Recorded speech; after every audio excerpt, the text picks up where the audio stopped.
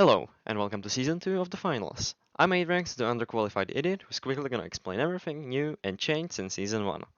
Let's start with the big news. There's a new map called Sis Horizon. It's a futuristic city with a glitchy low-file art style, and while I could tell you more about it, I think it's better if you explore it on your own. While we're on the topic of new things, there are 3 new weapons and 3 new gadgets, one for each archetype. The light gets a pistol called 93R, which has a 91 round magazine and fires 3 round bursts with 24 damage per round.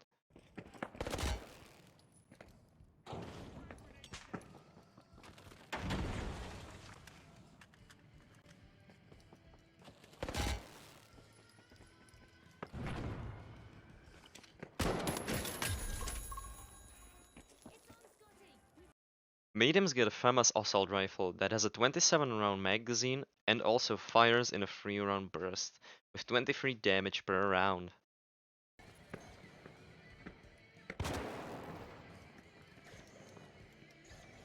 Then the heavy got a KS-23 pump action shotgun firing slugs with a 6 shell tube. It does 120 damage to players and has a high structural damage. It takes 4 shells to break a wall. Note that some of these damage values are just an estimate as there are no official damage values for them. Moving on to new gadgets, let's get a gateway grenade, which is basically a two-way portal you can throw. Get ready for teleportation! Here, use this gateway!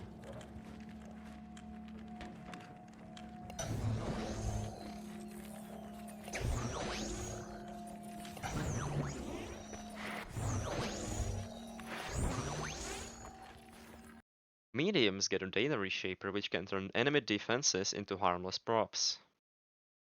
And last but not least, the heavy archetype received an anti-gravity cube, which is exactly what it sounds like. It's a grenade that turns the gravity around in a circular area.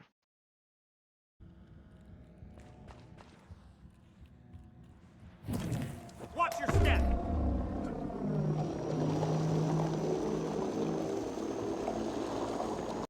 Then we can move on to specializations. The only new one is the dematerializer for the medium archetype. It can temporarily disable a wall so that the contestant can wall through it or even shoot and throw grenades as if the wall wasn't there. But all good things come at a cost, and that cost is recon senses that have been removed from the game entirely due to recent backlash of the community. Take the platform!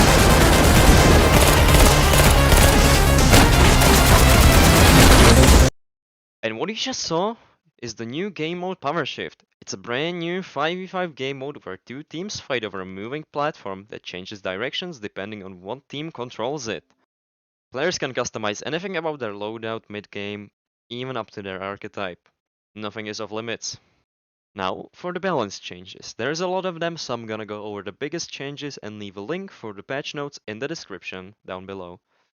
Toxic gas now takes half a second before damaging the player, and there's a 2-second period where the gas goes from 30 damage per second to 60 damage per second. C4 lost one of its charges and its cooldown has been reduced from 45 seconds to 30 seconds.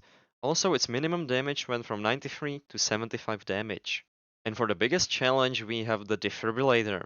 Instead of an instant revive, it takes 3 seconds for the player to get fully back into the arena. Also, its charge up time has been increased from 0.6 seconds to 0.8 seconds, and the starting health after revive has also been increased from 40% to 50%. And one more last thing, many gadgets have been assigned to a different class, so I'm gonna go over that real fast. Motion sensors now belong to the heavy, and light got the medium sonar grenade and tracking darts. There's also a brand new battle pass and many new store updates, so be sure to check that out. And as the last thing, this time for real, there are new custom games and a new circuit feature. But Embark has already done a great job going over that, so I'm just gonna link their videos down below. And that's it folks. If I have made any mistakes, feel free to correct me in the comments.